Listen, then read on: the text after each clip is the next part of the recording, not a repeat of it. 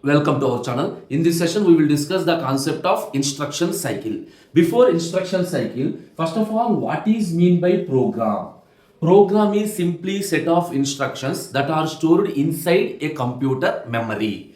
Now, how a program is executed? A program is executed in the computer by going through a cycle for each instruction. Now this instruction cycle is again subdivided into four phases. The four phases are, the first one is fetch. Fetch the instruction from the memory. After fetching the instruction, decode the instruction. Decode the instruction means the instruction is divided according to the bits. For example, bit number 0 to 12, that is 0 to 11, used for address part. 12 to 14 used for operation, and the last 15th bit is used for type of instruction. So decoding of the instruction. After that, read the effective address. Suppose if it is a memory type instruction, so in which memory location our operand is available, so we are reading that effective address. Once we are identify the address, simply execute the instruction. These are the four phases of instruction cycle. Now we will move to each phase in detail. Now coming to the first phase, that is fetch and decode. Fetch and decode.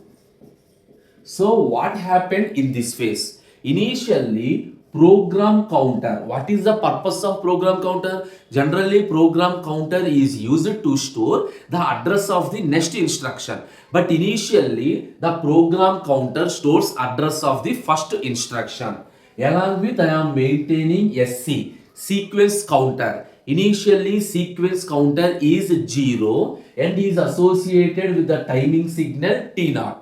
And for each clock transition, sequence counter is incremented by 1 and the timing signals are also incremented T0, T1, T2 and so on.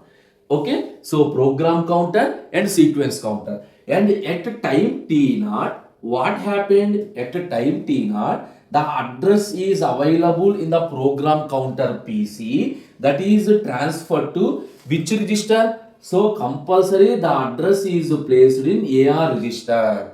What is the need? Already address in PC register. What is the need for AR register? Remember, the memory is connected. That is, memory address inputs are connected only to AR register. It does not connect with any other register. So if you want to access anything from the memory, first the address is copied into AR. Through AR only we are connected. That is the reason. The first step, we are copy the address into AR register at a time T0.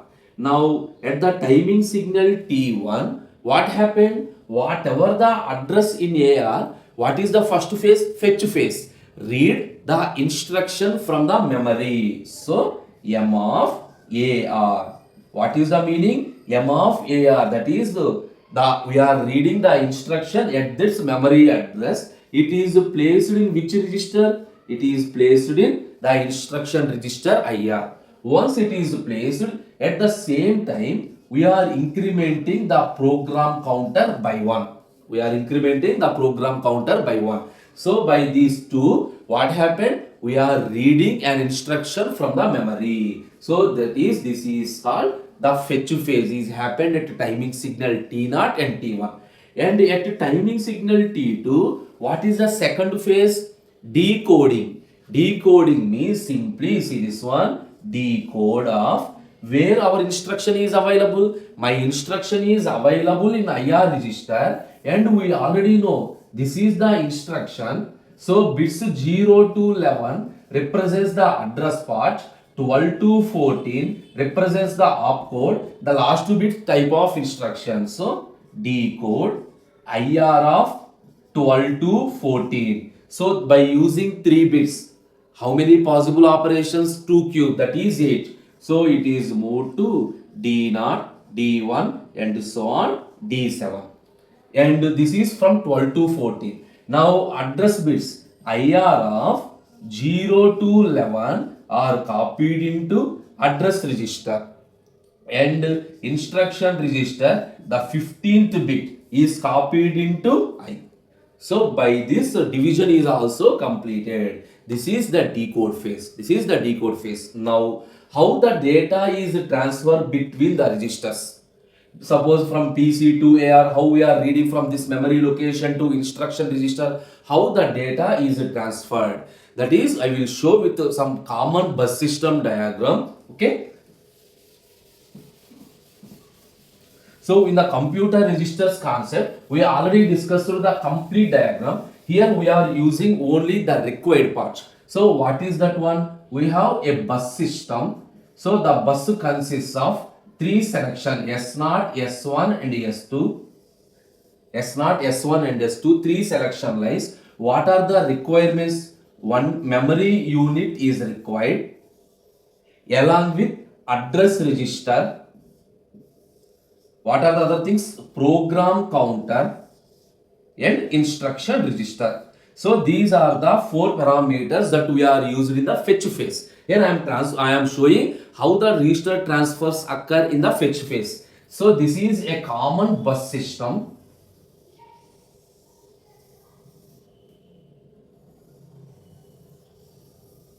Common bus system. So each memory unit connected to the bus, IR register connected to the bus, PC connected to the bus, IR is also connected to the bus. In the similar sense, this is also connected.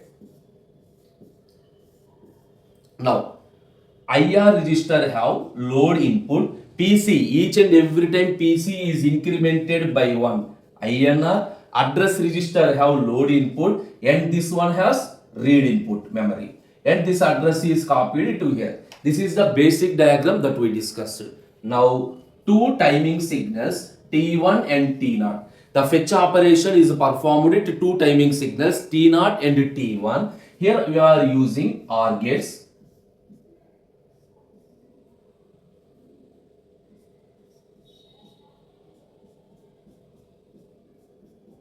Suppose the timing signal T1 is connected and T0 is also connected. Now understand. So what I written at the timing signal T0, so the program counter is placed into IR. So what happened at the timing signal T0, the program counter places its contents into the bus. So this number is 7, this is 1, 2, 5. So whenever the selection input S2, S1, S0, 0, 1, 0, obviously program counter is selected. It program counter places its content onto the bus. And whenever the load input is enabled, so what happened? It is happened at the timing signal T0. So the bus stores the address that is copied into AR register. Whatever the information PC places into the bus, whenever the load input is enabled, the information that is the address is placed into the address register. This is happened at time T0. Now what happened at time T1? At time T1, the address, that is we are reading the instruction from the memory. So at time T1, so the read input is enabled. If the read input is enabled and the selection bits are 110, the memory places its contents onto the bus. And at T1, if the load input is enabled, whatever the content onto the bus, that is loaded into the instruction register. We see the step IR to M of AR. What is the meaning? So the content of the memory is placed into the IR. Whenever the read is enabled, the memory places the content onto the bus, and for the IR, if the load is enabled, that information is placed into the instruction register, and at the same timing signal, the program counter is also incremented by 1. This is what happened in the general fetch phase, how the informations are transferred. Clear? Now I will show you what is the complete instruction cycle, how we determine the type of instruction. So the final diagram for identifying the type of instruction.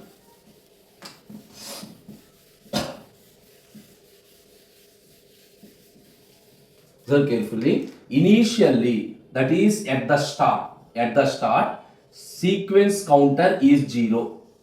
Sequence counter is 0. What is the first step? The first step, the address of the program counter is placed into the address register. So this is happened at the first step at time t0. At time t0. Now at time t1, what happened? At time t1, M of AR, that is that particular address is copied into instruction register, and at the same time PC value is incremented by 1. This is happened at timing signal T1. Now at timing signal T2, decoding is done. So decode D0 to D7, IR of 12 to 14, and IR of 0 to 11 move to address register, and for the IR of 15. So the bits are decoded, and this is happened at a timing signal T2. Till now it is clear. Now you need to identify the type of instruction. We already know how do we identify the type of instruction. If this is my instruction format, the bits number 12, 14 and 15, these are used to identify the type of instruction. If the 3 bits is not equal to 1, if the 3 bits is not equal to 1, that is not equal to 111, it is a memory reference instruction. In the simple sense, D0 to D7, if the D7 bit is equal to, this is D7, if D7 bit is equal to 0, D7 bit is equal to 0 means that is a memory reference instruction. If the last bit is 111, that is if D7 is equal to 1, again we have two cases, either register reference or input output. Now the entire thing is depends on the value of D7 bit. Suppose if D7 is equal to 0, this is simply a memory reference instruction. If D7 is equal to 1, this is a register instruction or input output instruction. Suppose if you are moving to this one, if it is 0, again two cases on the 15th bit. If I is equal to 0, direct addressing, I is equal to 1, indirect addressing. That is one more condition. If I is equal to 0, I is equal to 1. So if it is 0, direct addressing means my operand is directly available in the location. Here you no need to do anything. So no operation is performed, nothing. So I is equal to 1 means you need to get the effective address, that is AR, M of AR. So initially address is available AR. We are moving to that location, again get the address. This is happened when I is equal to 1. Similarly, here also the I bit. If I is equal to 0, I is equal to 1. If it is 0 means register reference instruction. No need to read the effective address. Directly execute the instruction. So directly execute register reference instruction. After execution, sequence counter is clear to 0. Here I is equal to 1. Execute input output instructions and the sequence counter is 0. This is happened at a timing signal T3. Timing signal T3. Now what about memory? After this, whether it is a direct addressing or indirect addressing, so we are execute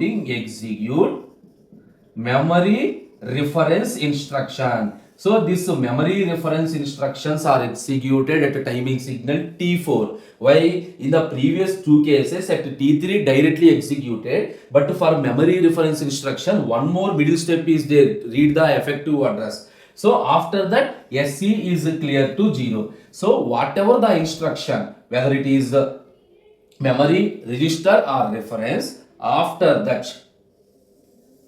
after execute the instruction, again move back.